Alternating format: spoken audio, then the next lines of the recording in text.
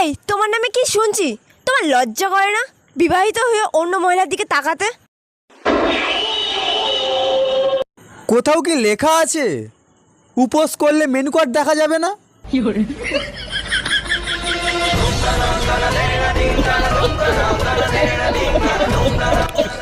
Menu card? তোর menu card বার করবো, তুই একবার ঘরে আয়।